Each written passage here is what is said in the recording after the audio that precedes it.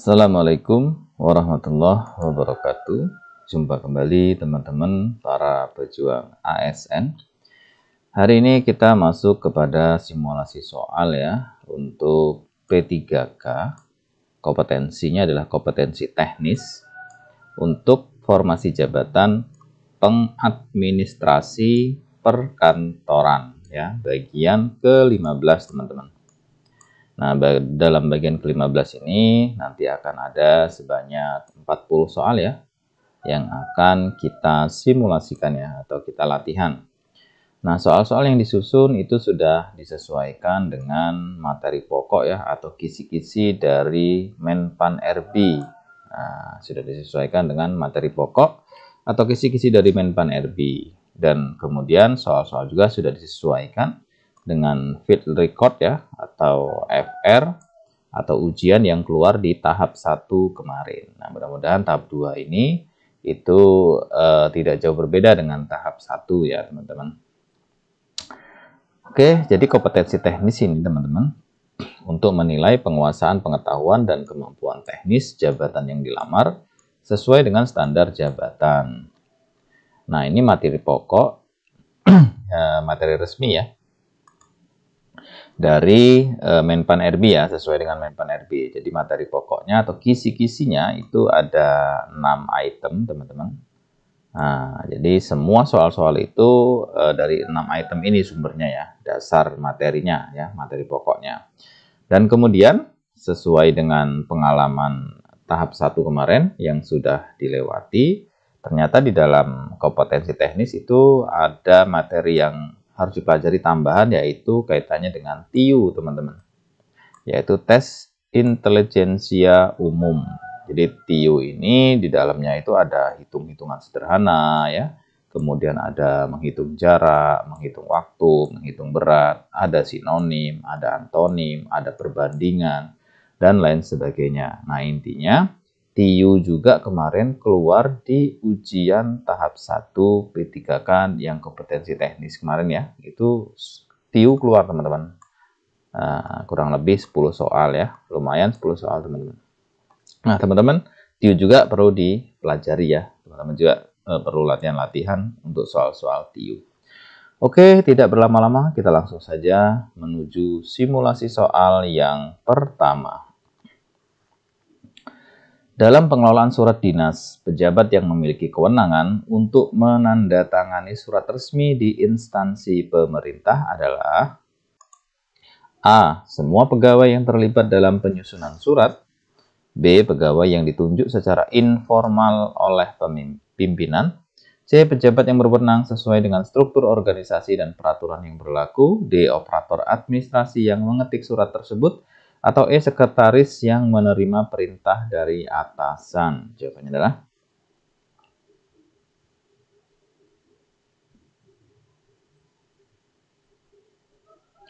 ya, kita lihat ya teman-teman. Jawaban yang benar itu adalah yang C. Kita lihat pembahasannya. Pejabat yang berwenang menandatangani surat adalah pejabat yang memiliki kewenangan sesuai dengan struktur organisasi dan aturan yang berlaku, misalnya kepala instansi, sekretaris, atau pejabat lain yang ditunjuk secara resmi ya. Jadi jawaban yang benar itu adalah yang C, teman-teman ya. Jadi pejabat yang berwenang sesuai dengan struktur organisasi dan peraturan yang berlaku. Selanjutnya, dalam prosedur pengarsipan surat di instansi pemerintah, metode pengarsipan yang umumnya digunakan adalah A. Pengarsipan berdasarkan nomor urut surat. B. Pengarsipan berdasarkan warna kertas surat. C. Pengarsipan berdasarkan jenis tinta yang digunakan. D. Pengarsipan secara acak sesuai dengan ruang yang tersedia. Atau E. Pengarsipan dalam satu folder tanpa klasifikasi. Jawabannya adalah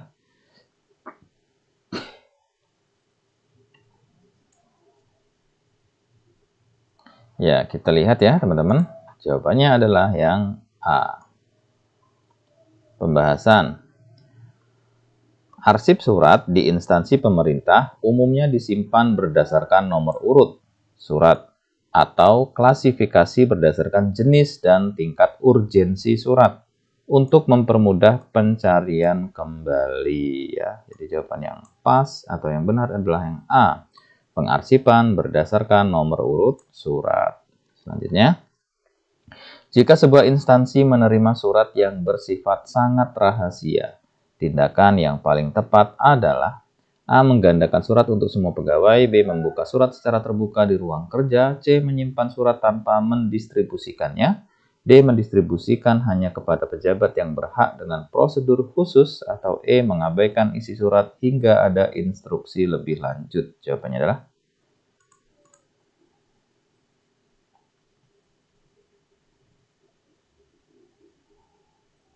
kita lihat jawaban yang benar itu adalah yang D. Pembahasan surat yang bersifat sangat rahasia harus ditangani dengan prosedur khusus dan hanya boleh didistribusikan kepada pejabat yang berwenang untuk menjaga keamanan informasi ya. Jadi jawabannya yang D, teman-teman. Mendistribusikan hanya kepada pejabat yang berhak dan prosedur khusus. Selanjutnya, format nomor surat dinas pada instansi pemerintah umumnya mengacu pada A. Nomor urut, kode klasifikasi, dan tahun pembuatan surat. B. Nama pejabat yang menandatangani surat. C. Nomor urut pegawai yang membuat surat. D. Jenis tinta yang digunakan dalam surat. Atau E. Panjang isi surat. Jawabannya adalah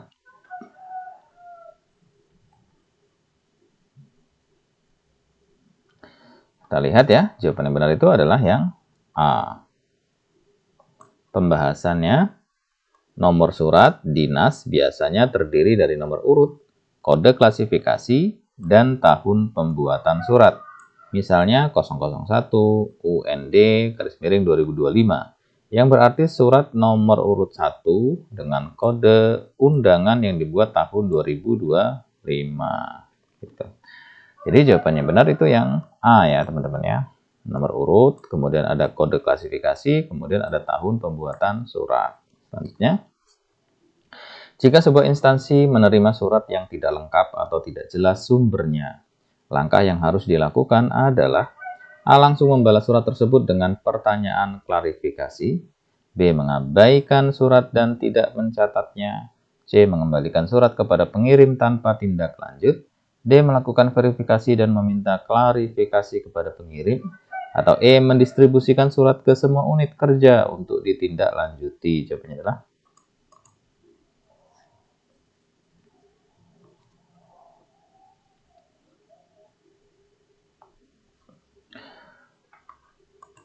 kita lihat jawaban yang benar itu adalah yang D. Pembahasan surat yang tidak lengkap atau tidak jelas sumbernya harus dilakukan verifikasi terlebih dahulu sebelum ditindaklanjuti untuk menghindari kesalahan dalam administrasi ya. Jadi jawabannya yang D. Melakukan verifikasi dan meminta klarifikasi kepada pengirim. Selanjutnya, surat perjanjian kerjasama antar instansi pemerintah termasuk dalam kategori A. Arsip sementara, B. Arsip keuangan, C. Arsip vital, D. Arsip hukum dan perundangan, atau E. Arsip umum. Jawabannya adalah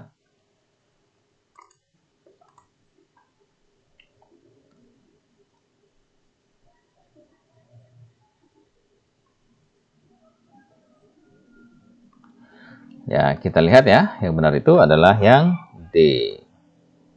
Pembahasan surat perjanjian kerjasama bersifat mengikat secara hukum, sehingga dikategorikan sebagai arsip hukum dan perundangan yang harus dikelola sesuai dengan regulasi yang berlaku.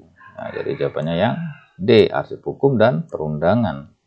Selanjutnya, arsip yang disimpan di pusat arsip nasional atau daerah karena memiliki nilai sejarah disebut A. Arsip vital, B. Arsip teknis, C. Arsip inaktif, D. Arsip statis, atau E. Arsip khusus. Jawabannya adalah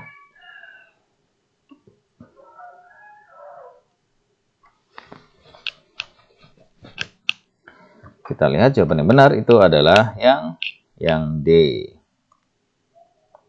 Kita lihat pembahasan ya. Arsip statis adalah arsip yang memiliki nilai sejarah, kebijakan, atau administratif yang sudah tidak digunakan lagi secara operasional, tetapi harus dipelihara untuk kepentingan penelitian dan dokumentasi sejarah. Ya, jadi yang benar adalah yang D ya, arsip statis. Selanjutnya, jika suatu instansi ingin menyimpan arsip berdasarkan urutan tanggal diterimanya dokumen, maka sistem pengarsipan yang digunakan adalah A. Sistem numerik, B. Sistem abjad, C. Sistem wilayah, D. Sistem kronologis, atau E. Sistem subjek. Jawabannya adalah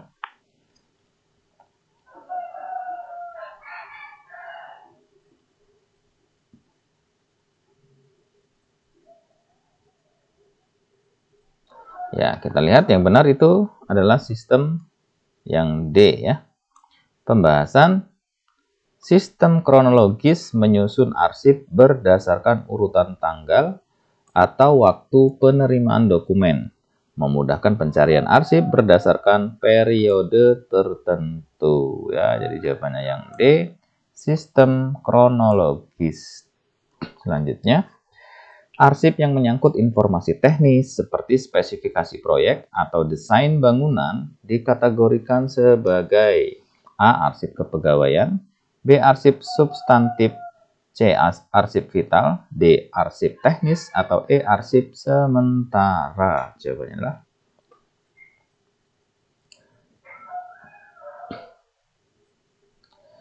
ya, kita lihat jawabannya masih D ya. Kita lihat pembahasannya.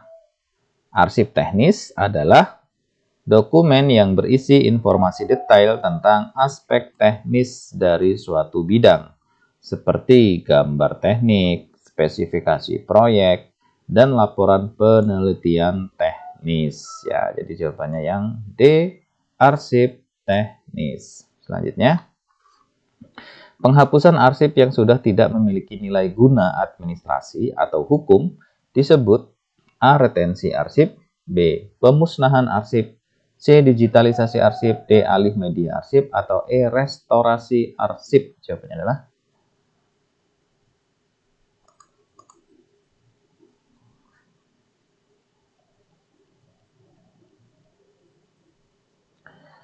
kita lihat jawaban yang benar itu adalah yang B. Pembahasan pemusnahan arsip adalah proses penghapusan atau menghancurkan arsip yang sudah tidak memiliki nilai guna administrasi, hukum, atau sejarah sesuai dengan peraturan kearsipan yang berlaku ya. Jadi jawabannya yang B, pemusnahan arsip. Selanjutnya, proses pemindahan arsip dari arsip dinamis menjadi arsip statis disebut A. Digitalisasi, B. Retensi, C.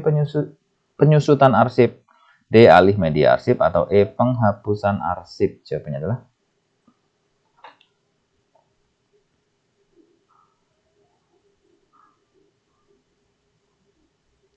ya, kita lihat ya, yang benar itu adalah yang C. Kita lihat pembahasan. Penyusutan arsip adalah proses pemindahan arsip dari status dinamis menjadi statis setelah tidak lagi digunakan dalam kegiatan administrasi. Ya, jadi jawabannya adalah penyusutan arsip yang C. Selanjutnya, jika sebuah dokumen memiliki masa simpan lebih dari 10 tahun, sebelum dapat dimusnahkan, dokumen tersebut termasuk dalam kategori A. Arsip sementara, B. Arsip vital, C. Arsip statis, D. Arsip inaktif, atau E. Arsip keuangan. Jawabannya adalah yang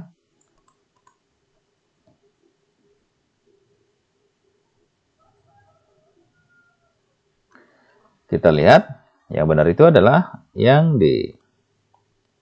Pembahasan. Arsip inaktif masih memiliki nilai guna, tetapi tidak digunakan secara aktif, sehingga harus disimpan dalam waktu lama sebelum pemusnahan atau pemindahan ke arsip statis. Ya, jadi jawabannya yang D, arsip inaktif. Selanjutnya, dokumen yang berisi laporan penelitian atau kajian yang digunakan sebagai dasar pengambilan keputusan disebut A. Arsip keuangan, B. Arsip teknis, C. Arsip substantif, D. Arsip vital, atau E. Arsip referensi. Jawabannya adalah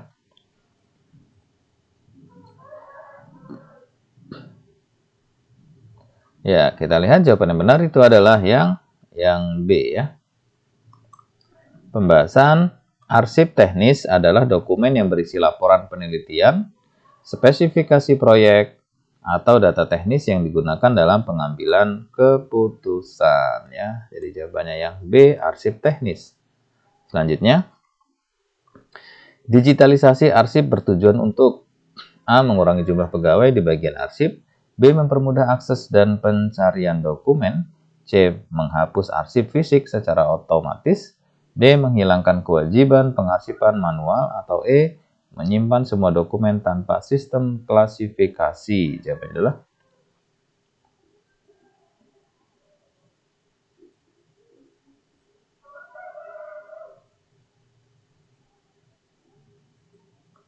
kita lihat jawaban yang benar itu adalah yang B. Pembahasan digitalisasi arsip bertujuan untuk mempermudah akses dan pencarian dokumen secara elektronik ya. Jadi jawabannya B, mempermudah akses dan pencarian dokumen. Yang B. Selanjutnya, sistem pengarsipan yang menyusun dokumen berdasarkan tanggal penerimaan disebut A. Sistem subjek, B. Sistem desimal, C. Sistem wilayah, D. Sistem kronologis, atau E. Sistem abjad. Jawabannya adalah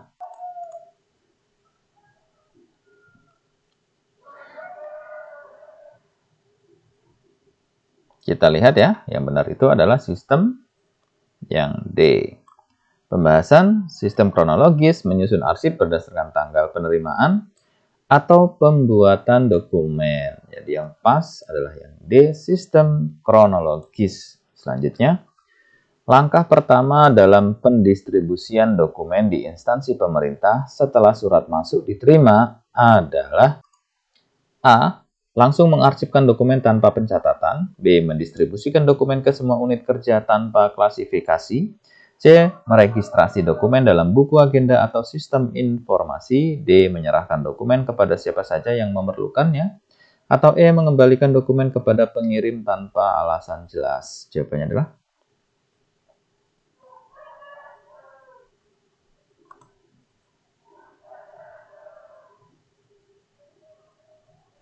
kita lihat jawaban yang benar itu adalah yang C, teman-teman. Pembahasan dokumen yang masuk harus dicatat atau diregistrasi dalam buku agenda atau sistem informasi agar terdokumentasi dengan baik sebelum didistribusikan ke unit terkait ya. Jadi jawabannya yang C. Meregistrasi dulu dokumen tersebut ya dalam buku agenda atau sistem informasi. Selanjutnya, dalam pendistribusian dokumen di instansi pemerintah, pihak yang bertanggung jawab atas pencatatan dan pengelolaan dokumen adalah A. Semua pegawai di instansi tersebut, B. Petugas pengelola arsip dan administrasi, C. Kepala bagian keuangan, D. Pegawai yang menerima dokumen pertama kali, atau E. Staf IT yang mengelola sistem informasi. Jawabannya adalah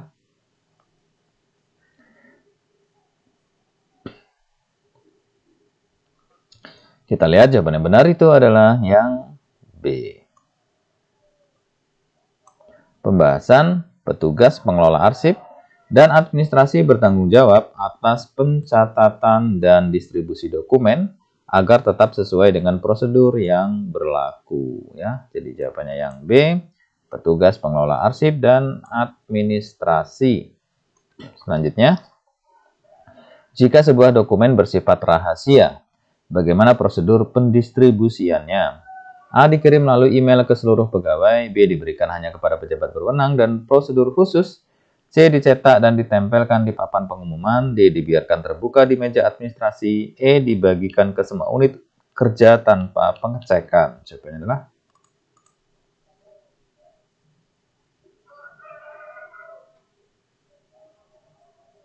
kita lihat jawaban yang benar itu yang B. Pembahasan dokumen bersifat rahasia harus didistribusikan dengan prosedur khusus dan hanya diberikan kepada pejabat yang berwenang untuk menjaga kerahasiaannya. Ya, jadi yang benar yang B diberikan hanya kepada pejabat berwenang dan dengan prosedur khusus. Selanjutnya, dalam distribusi surat dinas keluar, siapa yang memiliki kewenangan untuk menandatangani surat sebelum dikirim? A. Pegawai biasa yang menyusun surat. B. Petugas administrasi tanpa otorisasi. C. Pejabat berwenang suatu struktur organisasi. D. Pegawai kontrak di bagian keuangan. Atau E. Operator sistem informasi. Jawabannya adalah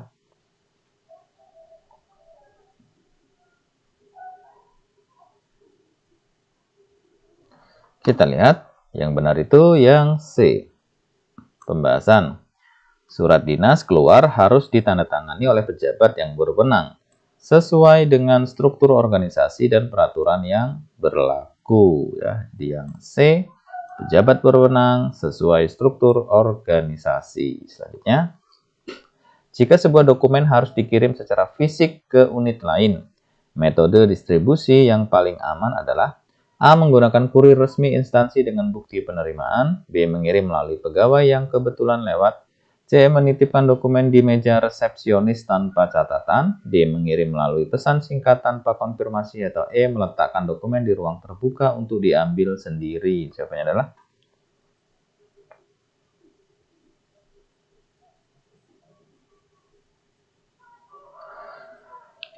kita lihat jawaban yang benar itu yang A, teman-teman. Pembahasan. Distribusi dokumen fisik sebaiknya dilakukan melalui kurir resmi instansi dengan bukti penerimaan agar ada pertanggungjawaban dan keamanan data. Ya, jadi yang A, menggunakan kurir resmi instansi dengan bukti penerimaan. Selanjutnya, metode penyimpanan dokumen berdasarkan nomor urut disebut A. Sistem subjek. B. Sistem wilayah. C. Sistem kronologis. D. Sistem numerik. Atau E. Sistem abjad. Jawabannya adalah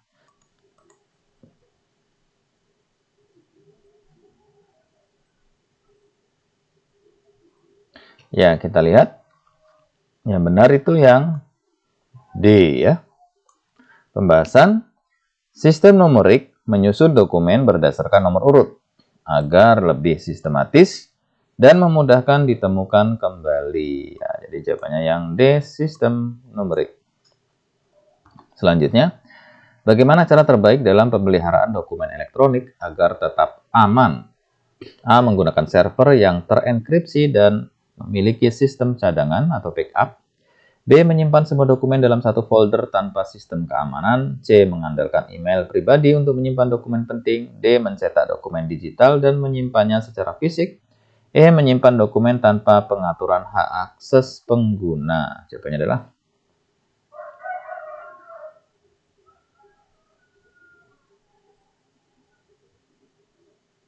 kita lihat jawaban yang benar itu adalah yang A ya. Pembahasan. Dokumen elektronik harus disimpan dalam server yang terenkripsi dan memiliki backup untuk mencegah kehilangan data dan kebocoran informasi. Ya, jadi jawabannya yang A. Menggunakan server yang terenkripsi dan memiliki sistem cadangan atau backup. Selanjutnya, jika sebuah dokumen mencapai akhir masa retensinya, tindakan yang harus dilakukan adalah A. Langsung memusnahkan dokumen tanpa prosedur. B. Melakukan penilaian apakah dokumen layak diarsipkan, permanen, atau dimusnahkan. C. Mengabaikan dokumen dan membiarkannya tetap di tempat penyimpanan. D. Mengunggah dokumen ke media sosial sebagai arsip digital. Atau E. Menyerahkan dokumen kepada pegawai tanpa otorisasi. Jawabannya adalah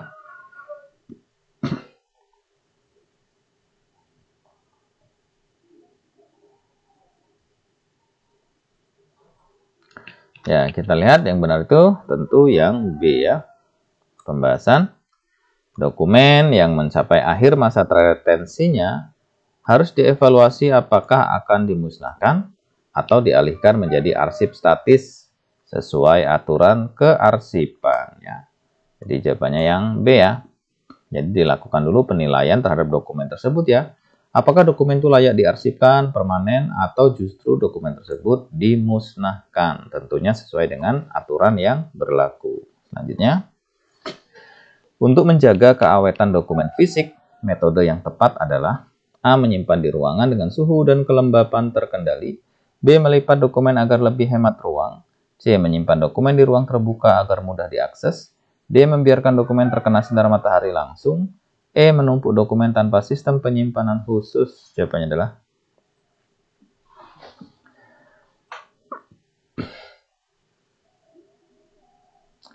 kita lihat yang benar itu yang A tentunya teman-teman. Pembahasan. Dokumen fisik harus disimpan di ruang dengan suhu dan kelembaban yang terkendali agar tidak mudah rusak akibat jamur, kelembaban, atau suhu ekstrim. Ya, jadi yang A, menyimpan di ruang dengan suhu dan kelembapan terkendali. Selanjutnya, apa yang dimaksud dengan digitalisasi dokumen dalam penyimpanan arsip? A. Mengubah dokumen fisik menjadi dokumen elektronik. B. Menghancurkan dokumen fisik secara otomatis. C. Mengurangi jumlah pegawai yang bertanggung jawab atas arsip. D. Menyimpan dokumen dalam hard copy tanpa perubahan. Atau E. Menyimpan dokumen tanpa sistem pengarsipan. Jawabannya adalah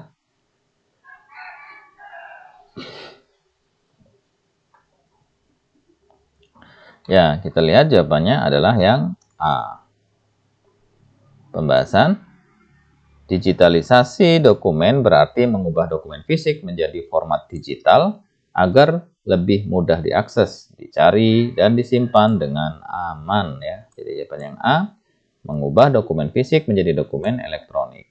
Selanjutnya, berapa lama biasanya batas waktu peminjaman dokumen di instansi pemerintahan? A. Sesuai dengan kebutuhan peminjam tanpa batasan. B. Ditentukan oleh kebijakan arsip yang berlaku di instansi. C. Maksimal 1 tahun tanpa pembaruan izin. D. Sampai dokumen tersebut tidak lagi dibutuhkan. Atau E. Selama pegawai masih bekerja di instansi tersebut. Jawabnya adalah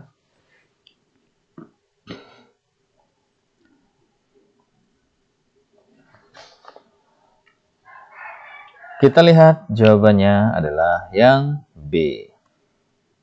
Pembahasan.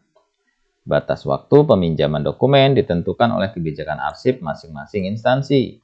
Biasanya beberapa hari atau minggu, tergantung pentingnya dokumen tersebut. Ya, jadi jawabannya yang B, ditentukan oleh kebijakan arsip yang berlaku. Selanjutnya, jika batas waktu peminjaman sudah habis, tetapi dokumen masih dibutuhkan, peminjaman harus A. Langsung memperpanjang tanpa izin. B. Mengembalikan dokumen terlebih dahulu lalu mengajukan peminjaman ulang. C. Menyimpan dokumen lebih lama tanpa melaporkan ke petugas arsip. D. Menggandakan dokumen untuk menghindari pengembalian. Atau E. Menunggu sampai diminta kembali oleh petugas arsip. Jawabannya adalah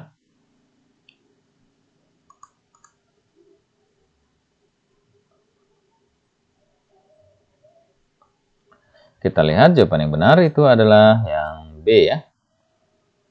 Pembahasan. Jika masih membutuhkan dokumen, peminjam harus mengembalikan terlebih dahulu dan mengajukan permohonan peminjaman ulang. Tentunya sesuai dengan prosedur. Ya, jadi yang B, mengembalikan dahulu ya dokumen tersebut, lalu mengajukan peminjaman ulang. Selanjutnya, apa konsekuensi jika peminjam tidak mengembalikan dokumen tepat waktu? A. Tidak ada konsekuensi karena peminjam bersifat fleksibel.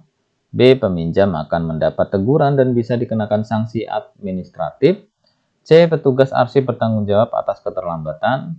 D. Dokumen akan langsung dianggap hilang dan diganti dengan yang baru. Atau E. Dokumen akan diberikan kepada pegawai lain tanpa persetujuan. Jawabannya adalah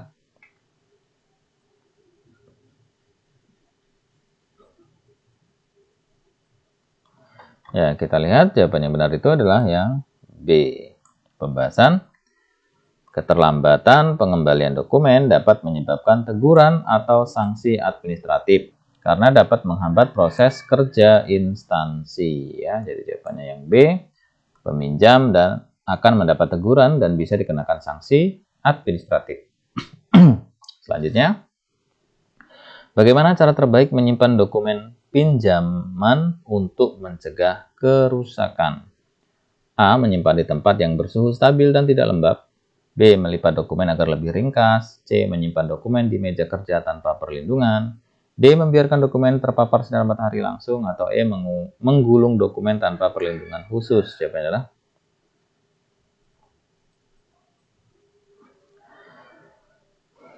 Ya, kita lihat jawabannya benar itu adalah yang A ya.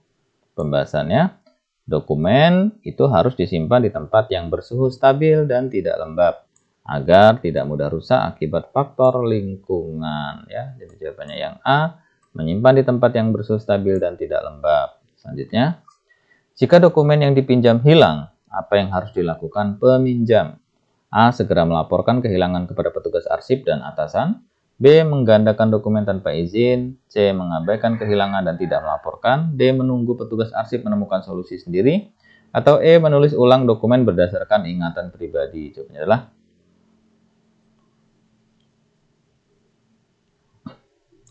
ya, kita lihat jawaban yang benar itu adalah yang A.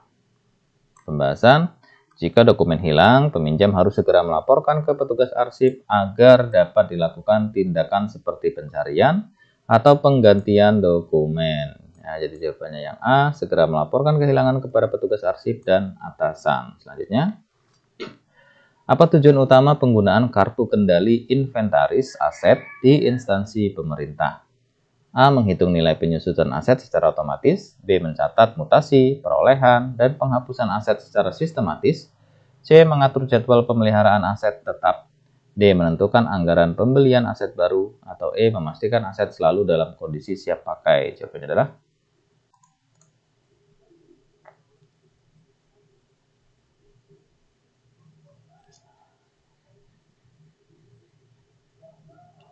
ya, kita lihat jawabannya adalah yang B, teman-teman.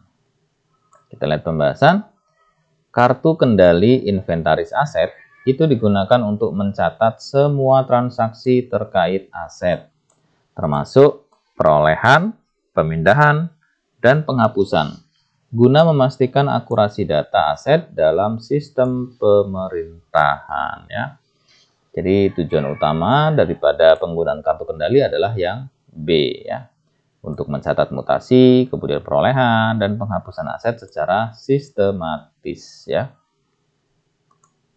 Selanjutnya, siapa yang bertanggung jawab dalam pencatatan kartu kendali inventaris aset di instansi pemerintah? A. Pejabat pembuat komitmen. B. Pejabat pengelola barang. C. Bendahara pengeluaran. D. Auditor internal. Atau E. Sekretaris daerah. Jawabannya adalah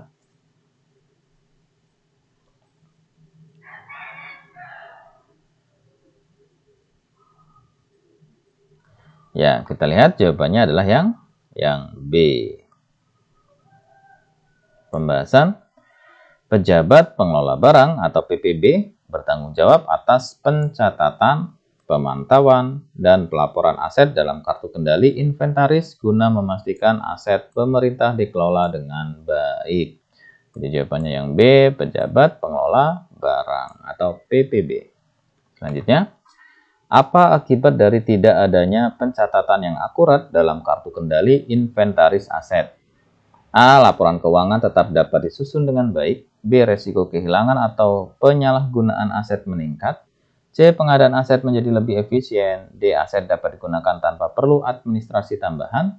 E. Tidak ada dampak signifikan terhadap pengelolaan aset. Jawabannya adalah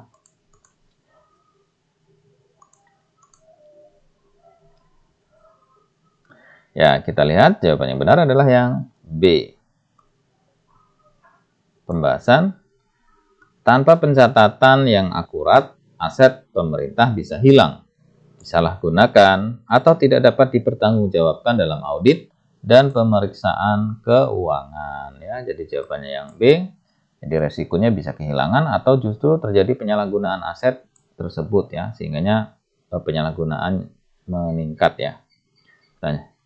Selanjutnya, bagaimana kartu kendali inventaris aset membantu dalam penyusunan laporan keuangan pemerintah? A. Memastikan jumlah aset yang tercatat sesuai dengan kondisi real. B. Menghapus aset yang tidak digunakan secara otomatis. C. Menghindari kebutuhan akan audit aset. D. Mengurangi beban administrasi pengelolaan aset. E. Menghitung kebutuhan anggaran tanpa perlu pemeriksaan fisik. Jawabannya adalah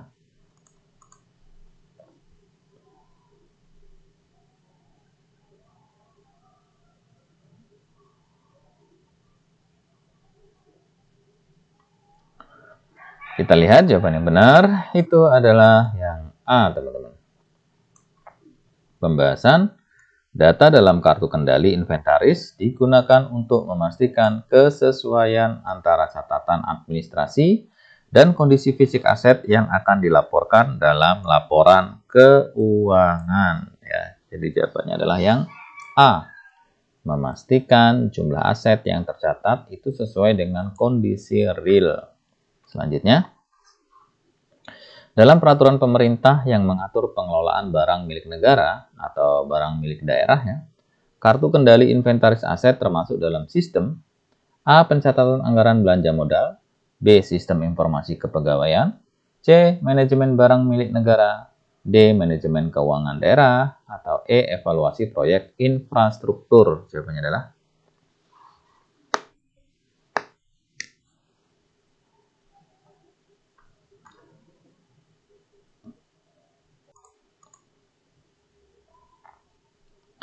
kita lihat jawaban yang benar itu adalah yang C. Pembahasan pengelolaan aset pemerintah diatur dalam sistem barang milik negara atau BMN, ya, atau juga barang milik daerah BMD, yang mengharuskan pencatatan aset melalui kartu kendali inventaris sebagai bagian dari sistem manajemen aset. Jadi jawabannya yang C, manajemen barang milik negara atau BMN.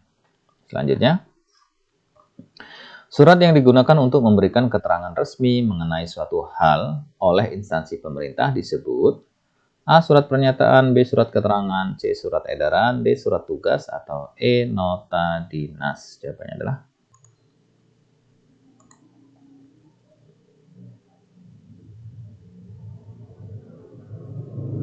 kita lihat yang benar itu adalah yang B. Pembahasan surat keterangan dikeluarkan oleh instansi pemerintah untuk menjelaskan atau memberikan kepastian mengenai suatu kondisi. Misalnya, keterangan domisili atau keterangan kerja. Ya, jadi jawabannya yang B, surat keterangan. Selanjutnya, dalam hubungan antara instansi pemerintah dengan pihak eksternal, surat yang biasanya digunakan untuk mengundang suatu pihak dalam acara resmi adalah A. Surat keputusan, B. Surat pernyataan, C. Surat undangan, D. Nota dinas, atau E. Surat edaran. Jawabannya adalah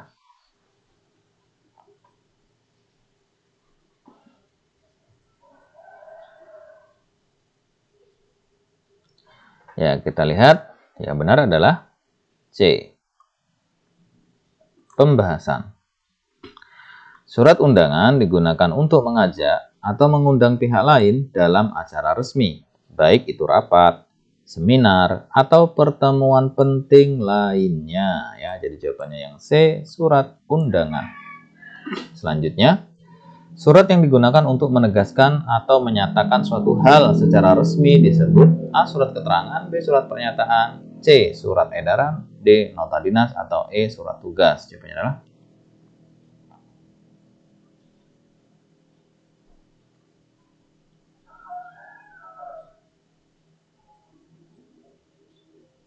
ya, kita lihat yang benar itu adalah yang B.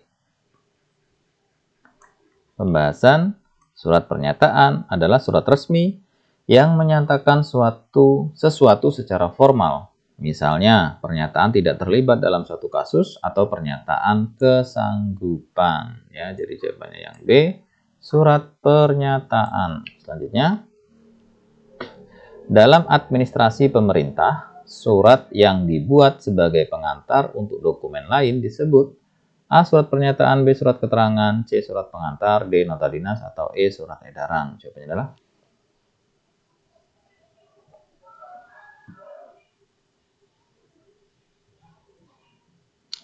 ya, kita lihat jawabannya adalah yang C, teman-teman.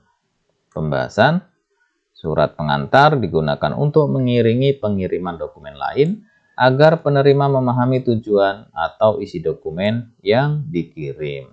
Jadi jawabannya yang C, surat pengantar.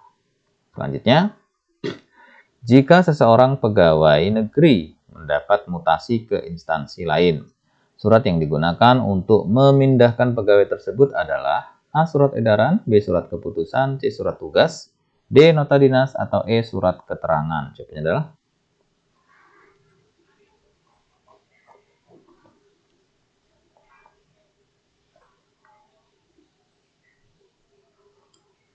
Ya, kita lihat ya, jawabannya adalah yang B, teman-teman. Surat keputusan ya. Kita lihat pembahasannya. Surat keputusan digunakan untuk menetapkan mutasi pegawai karena keputusan tersebut bersifat resmi dan mengikat ya. Jadi yang B, surat keputusan. Nah, teman-teman, demikianlah ya 40 soal contoh dari soal-soal P3K ya. Untuk formasi jabatannya adalah pengadministrasi perkantoran. Nah, mudah-mudahan dengan banyaknya kita berlatih seperti ini, teman-teman, membaca soal-soal, kemudian menjawab. Nah, itu mudah-mudahan bisa memberikan tambahan pengetahuan, sehingganya memudahkan kita saat ujian nanti. Nah, pada akhirnya, teman-teman, hasil yang baik itu dikarenakan usaha yang baik. Terima kasih, semoga sukses. Sampai jumpa di pembahasan-pembahasan soal selanjutnya ya, yang mungkin nanti akan ditingkatkan tingkat kesulitannya. Nah, sehingga nanti kita akan menemukan soal-soal yang bagaimana menghadapi soal-soal yang agak sedikit sulit. Wassalamualaikum warahmatullahi wabarakatuh. Salam.